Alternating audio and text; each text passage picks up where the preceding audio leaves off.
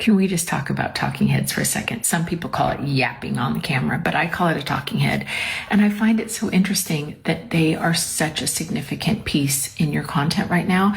People want to see behind you, like what's going on in your office. Is it a mess? Is that what your desk looks like? Is that what your living room looks like? Like, do more of this, because this is the stuff I think that really builds the trust. And I learned this just based on what you all are liking a little bit more of and what I'm hearing a lot of content creators talk more about.